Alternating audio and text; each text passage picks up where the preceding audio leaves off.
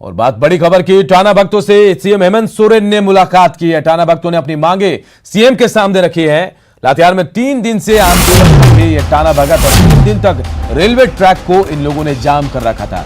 JMM के विधायक वैद्यनाथ राम इनको लेकर रांची पहुंचे। इसके बाद हेमंत सोरेन से, मुख्यमंत्री हेमंत सोरेन से इन लोगों की मुलाकात हुई है। टाना भगतों ने उनके सामने अपनी मांगों को रखा है।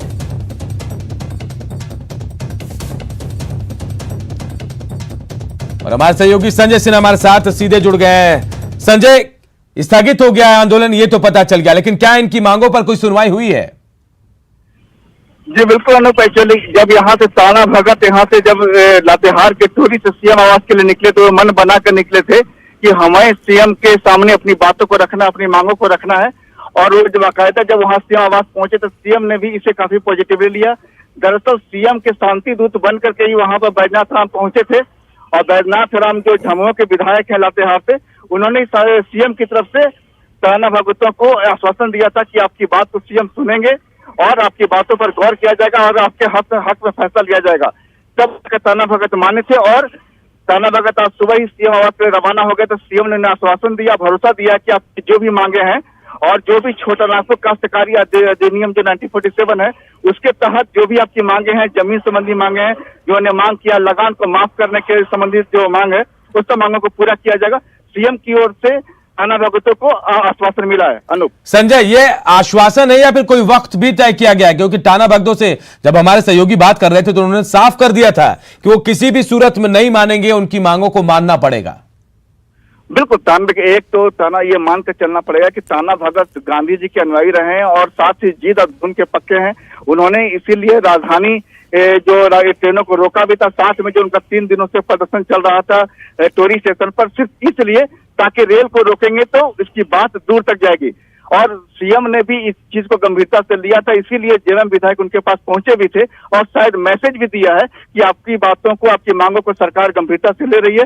और सीएम ने भी आश्वासन दिया है, हालांकि कोई तय वक्त ऐसा कुछ अभी नहीं सामने आया है कि कब तक उनकी मांगों पर गौर होगा, लेकिन हाँ, एक पूर्ण आश्वासन सीएम की ओर से मिला है कि आपकी मांगों पर जल्द से जल्द सीएम राज्य सरकार ध्यान देगी और जो भी उनकी जो जायज मांगे हैं, सख्त मांगे हैं, जो सरकार के नियम के अनुरूप, उन मांगों को जल्द पूरा किया जाएगा। बिल्कुल, तो देखिए टाना भगतों से मुख्यमंत्री हेमंत सोरेन ने मुलाकात की है और टाना भगतों ने अपनी मांगे उनके सामने रखी है और सीएम हेमंत सोरेन ने उनको भरोसा दिया, आश्वासन दिया कि उनकी जो जायज मांगे हैं उन पर गंभीरता से सरकार विचार करेगी और फैसला भी लेगी। और ये हम आपको बता दें कि टाना भगतों का 3 दिन से जो आंदोलन चल रहा था वो स्थगित हो गया है। बहुत बहुत शुक्रिया संजय इस तमाम जानकारी के लिए।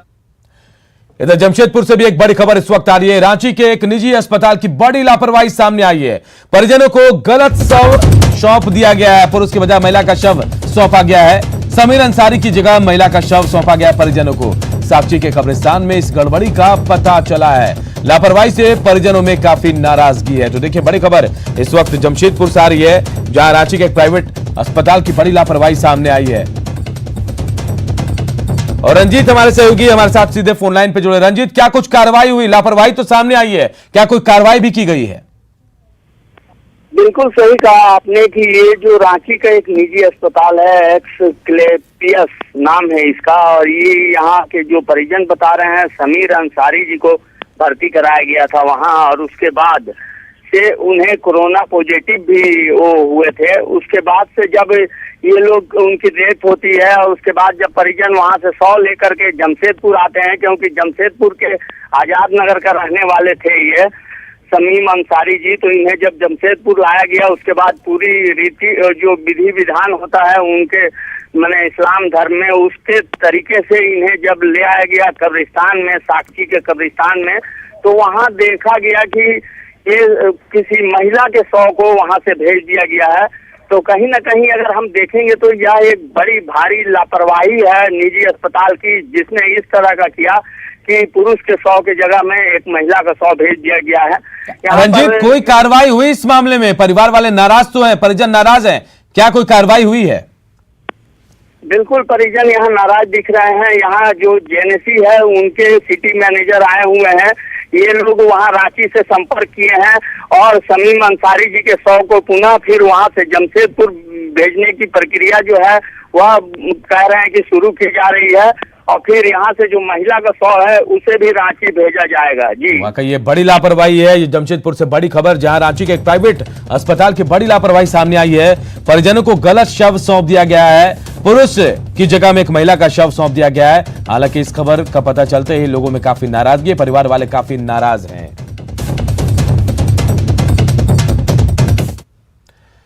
इधर देवघर के जसीडीह में बिजली चोरी की जांच करने पहुंचे कनीय अभियंता और कर्मियों पर स्थानीय लोगों ने हमला कर दिया।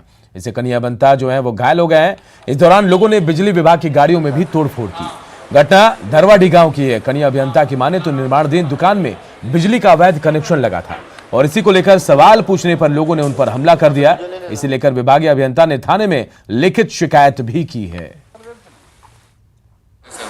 एक जगह धरवाडी गांव नामक गांव है, वहाँ कृषि विज्ञान केंद्र के बगल में रोड के किनारे एक दुकान बन रहा था। दुकान में सेटरिंग का काम हो रहा था, जो शटर लगता है ना, जो वेल्डिंग का काम हो रहा था। तो उससे हम से इतना ही पूछा गया है कि तुम बिजली का कनेक्शन लिए कि नहीं। इसको अपना परिचय भी दिए हम। उसके बावजूद वो बोला कि नहीं हुआ, बहुत काम तो नहीं हो रहा। हम लोग कोई बात नहीं। आप पूछे नाम क्या है, नाम बताया अपना, मोहन कुमार एक आदमी बोला, उसी का दुकान है, मोहन कुमार बोला। हमारे पिताजी का नाम बोले तो बोला कि हम नहीं बताएंगे। बोले ठीक है मत बताओ। फिर अपना मिस्त्री को हम कॉल किए कि मेरा मिस्त्री वहाँ पे उसको बुलाया, अपना पूरा टीम को बुलाने के लिए। तो उतने देर में उसमें से वो 3-4 लोग थे वहाँ से। एक आदमी सब्बल उठा लिया, 2 आदमी ईंटा उठा लिया। एक आदमी सब्बल से गाड़ी तोड़ने लगा, हम वहीं खड़े रहे। उसके बाद वही आदमी जो सब्बल वाला था वो मारा मेरे माथा पे और 2 सबक पीठ में मारा। इधर धनबाद के भूली में अवैध कब्जे पर बीसीसीएल सख्त हो गया है। बीसीसीएल प्रबंधन ने अवैध कब्जे के आरोपियों को नोटिस थमाया और 24 घंटे के भीतर जगह को खाली करने का आदेश दिया गया है। इसके खिलाफ भूली के लोग एकजुट हो गए हैं और बीसीसीएल प्रबंधन के खिलाफ मोर्चा खोल दिया है। लोगों ने बीसीसीएल से अपना फैसला वापस लेने की मांग की है। उनका कहना है कि वो यहाँ के लोगों के रोजी रोटी से जुड़ा मामला है। बीसीसीएल प्रबंधन ने अतिक्रमण कर बनाया गया खटाल, दुकान और झुग्गी झोपड़ी को हटाने का आदेश दिया है। मरांडी ने स्पीकर के सामने अपनी बात रख दी है। बाबूलाल मरांडी ने कहा है कि अब फैसला स्पीकर और सरकार के हाथ में है। उन्होंने कहा कि सदन में मानसून सत्र में पार्टी इस मुद्दे को नहीं उठाएगी। कह चुका है, अब सरकार को निर्णय करनी है, विधानसभा अध्यक्ष को निर्णय करना है। बाकी तो जनता देख रही है, जनता के बीच जाएंगे, बताएंगे सरकार कैसे काम कर रही है, क्या नहीं। हमने अपने ओर से कहा कि सदन में उसके लिए कोई मतलब नहीं है, क्योंकि बहुत तो और भी कामकाज रहता है, विधायकों का भी रहता है। जामताड़ा के अजय नदी पर अत्याधुनिक शवदाह गृह बनाया गया है और इस पर 3 करोड़ 71 लाख की लागत आई, लेकिन इसका श्रेय लेने की होड़ मच गई है। वहीं शवदाह गृह तक जाने वाली सड़क की हालत जर्जर है, जिसे विधायक इरफान अंसारी ने अपने विधायक मत से बनाने का भरोसा दिलाया है। शाम तक सड़क नहीं रहने से सबसे बड़ा शोग्रह कि हम नहीं बनवाया है, तो रोड ही बनवा देंगे, कौन बड़ी बात है, छोटा सा रोड है। उसका उद्घाटन नहीं, देखिए वो ना मैं शिलान्यास किया उसका, ना उद्घाटन करूँगा। वो वहाँ पर जो पुजारी लोग हैं उन्हीं के हाथों से मैं कराऊंगा उसको। हमारे वीरेंद्र मंडल जी बैठे हुए हैं, इन सबका प्रयास था कि उस शवदाह गृह हम लोगों ने बनाया है। 8 महीने में तो कोई काम हम लोगों ने किया नहीं। अब रही बात डॉक्टर इरफान अंसारी की, मेरे परम मित्र भी है। हम लोग अपने संसदीय जीवन का शुरुआत 2014 में प्रारंभ किया है और बहुत अभी मित्र भी है, 5 साल में रहे भी है।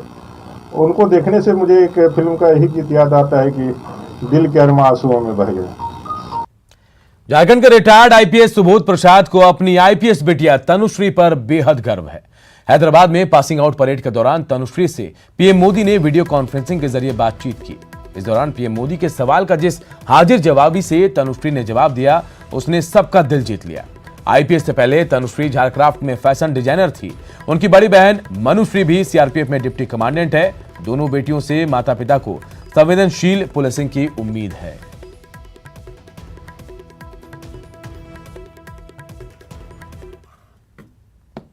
दीक्षांत परेड समारोह में मौजूद जितेंद्र सिंह जी, जी किशन रेड्डी जी, भारतीय पुलिस सेवा को नेतृत्व देने के लिए तैयार, और जिसके कारण तो देखिए झारखंड के रिटायर्ड आईपीएस सुबोध प्रसाद की बेटी आईपीएस तनुश्री, जिन्होंने प्रधानमंत्री नरेंद्र मोदी से वीडियो कॉन्फ्रेंसिंग में बात की है हैदराबाद पासिंग आउट परेड के दौरान, और जिस तरह से प्रधानमंत्री के सवालों का जवाब दिया है तनुश्री ने। सबका दिल उन्होंने जीत लिया।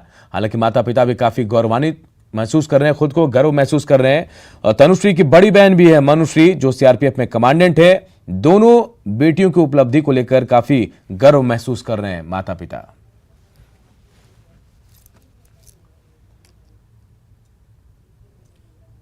जी का एक एक वर्ड जो है वो अपना उसका जवाब दी है बहुत ही कॉन्फिडेंटली। ये बहुत गौरव की बात सबों की लगा कि बहुत कॉन्फिडेंटली जो है जवाब दी है।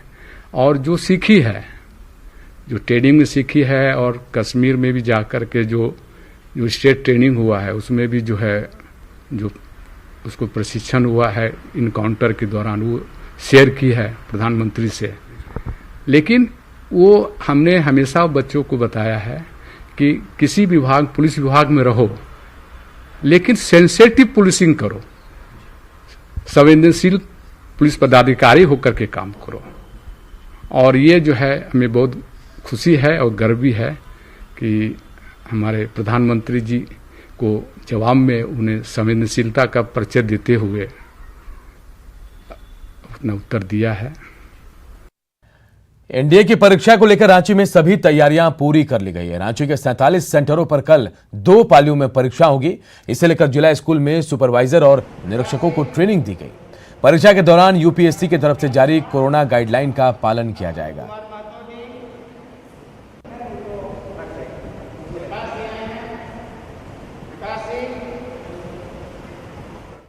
जी, कोविड-19 की तैयारी जो है यूपीएससी के गाइडलाइन के अनुसार सबसे पहले कि बच्चे को हम लोग को 1 घंटा पहले लाइन 1 बाय 1 1-1.5 मीटर की दूरी पर अपना लेते हुए जो सोशल डिस्टेंसेस है उसका पालन करते हुए रूम में इन कराएंगे। हर एक बच्चे का मास्क और सैनिटाइजर हम लोग व्यवस्था किए हुए हैं। पूरे रूम को सैनिटाइज कर दिया गया है। बीच में 2 पाली में परीक्षा होगी। हम लोग बीच में फिर सैनिटाइज करेंगे, शुरू और बाद में भी सैनिटाइज करेंगे, तो इसकी व्यवस्था है। बच्चे ग्लव्स लगा के आएंगे। और सीधे आप सबको लिए चलते हैं रांची, जहां जेएमएम दफ्तर से प्रेस कॉन्फ्रेंस का आयोजन किया गया। सुप्रियो भट्टाचार्य प्रेस वालों को संबोधित कर रहे हैं। अन्नदाता और श्रमिकों के नाम बड़ी बड़ी घोषणाएं कर दी। 15 मई को भी आई। उन्होंने कृषि पर एक अभूतपूर्व ऐलान कर दिया कि जो एसेंशियल कमोडिटी एक्ट है, आवश्यक वस्तु अधिनियम, उससे आलू, प्याज, तेल, दाल, चावल और राशन की अन्य सब्जियां, राशन की सामानें और सब्जी, फल सबको मुक्त कर दिया। आज की स्थिति यही है कि चूंकि आवश्यक वस्तु अधिनियम अब लागू नहीं है, तो आलू का भंडारण भी हो रहा है, कालाबाजारी भी हो रहा है। 50 रुपए किलो आलू बिक रहे हैं, 100 रुपए तक टमाटर चल गया है, 35 से 40 रुपए प्याज की कीमत है। धनिया पत्ती कोई मध्यम वर्ग खरीद नहीं सकता है। बीमारी का समय है, जो फल खाना है, चाहे सेव खाना हो, चाहे नाशपाती खाना हो, चाहे मौसम्बी खाना हो, 250-300 रुपए केजी बिक रहा है।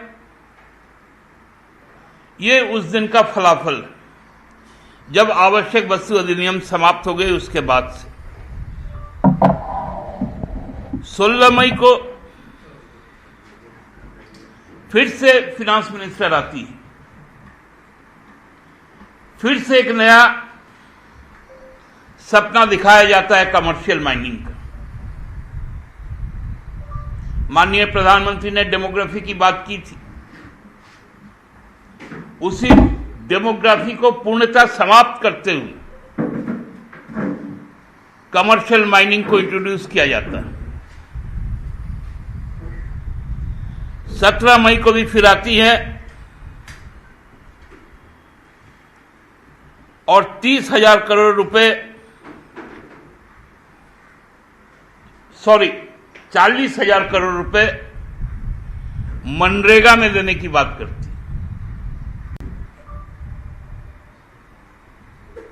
हम लोग बार बार डिमांड करते हैं मनरेगा का मजदूरी बढ़ाने के लिए, लेकिन ये 40,000 करोड़ रुपए कहां गए हमको नहीं मालूम। उसके बाद फिर आती है और उस दिन तो एक नया धमाका हो जाता है। वो धमाका होता है कि जब सब कुछ जोड़ के देखा जाता है तो 20 लाख करोड़ का पैकेज 21 लाख करोड़ में बदल जाता है। मतलब इतना फेंका हुआ चीज को समेटते समेटते 5 दिन के बाद भी 1 लाख करोड़ रुपए बढ़ जाता है। जब 20 लाख करोड़ ये 4 महीनों में आ गया तो जीडीपी 24% नीचे चले गई।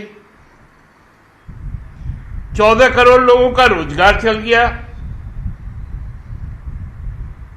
कहा गया कि जो हम मुफ्त अनाज दे रहे हैं, गैस दे रहे हैं, उसको भी इसमें जोड़ दिया गया। कहा गया कि हम जो अनाज और गैस दिए उसमें 1,92,000 करोड़ रुपए हमने दिया। इसमें भी अलग से कहा गया हम फरवरी में ही बैंक को 8,01,000 करोड़ रुपए दे चुके हैं। ऐसा एब्सर्ड एक फिगर लोग जब जूझ रहे थे, आज भी जूझ रहे हैं। तो मैं केवल ये जानना चाहता हूं, जब 21 लाख करोड़ रुपए आ ही गए तो फिर हमारा जीएसटी का पैसा जो मात्र 2,500 करोड़ रुपए है वो क्यों नहीं मिल रहा? तो देखिए, जेएमएम ने केंद्र सरकार पर निशाना साधा और कहा कि 20 लाख करोड़ का जो पैकेज है वो मैच छलावा और झारखंड को इससे कोई लाभ नहीं मिल रहा है। बढ़ते आगे, दुमका भागलपुर सड़क पर मार्च माह से आवागमन ठप है। जामा के पास मयूराक्षी नदी पर बना भुरभुरी पुल का एक पाया क्षतिग्रस्त हो गया। फिलहाल ये इस पाया को गिरा कर नया पुल बनाया जा रहा है। ऐसे में इस रोड से गुजरने वाले राहगीर जान जोखिम में डालकर मयूराक्षी नदी से होकर गुजर रहे हैं। ऐसे में हादसे की आशंका बनी रहती है। मार्च महीने से ही दुमका भागलपुर मुख्य मार्ग पर बड़ी वाहनों का आवागमन बंद है। वजह है मयूराक्षी नदी पर बना यह भुरभुरी पुल। पुल का एक पाया क्षतिग्रस्त होने के बाद प्रशासन ने इस पर वाहनों के आने पर रोक लगा दी और हाल फिलहाल में ही पुल के जीर्णोद्धार का कार्य शुरू हुआ है और आप देख सकते हैं कैसे पाया को तोड़कर गिराया गया है। लेकिन मुख्य सड़क है, दोनों तरफ नदी के दोनों तरफ जो है सघन अधिवास है, लोग आते जाते हैं। जो पैदल या बाइक से भी पुल से गुजरते थे, सबसे ज़्यादा परेशानी वर्तमान समय में उनको झेलना पड़ रहा है। लोग जान जोखिम में डालकर मयूराक्षी नदी को पार कर रहे हैं और कहीं ना कहीं यह प्रशासनिक व्यवस्था की जो खामी है उस पर सवालिया निशान खड़ा करता है। निश्चित रूप से अब तक आपने जहां भी पुल का निर्माण या सड़क का निर्माण करते देखा होगा तो डायवर्सन की व्यवस्था होती है, लेकिन यहाँ पर डायवर्सन नहीं बनाया गया है। यही वजह है जो लोग जान जोखिम में डालकर मयूराक्षी नदी को पार कर रहे हैं। और जो आज झारखंड के इस बुलेटिन में इतना ही। आगे देखिए गांव शहर 100 खबर।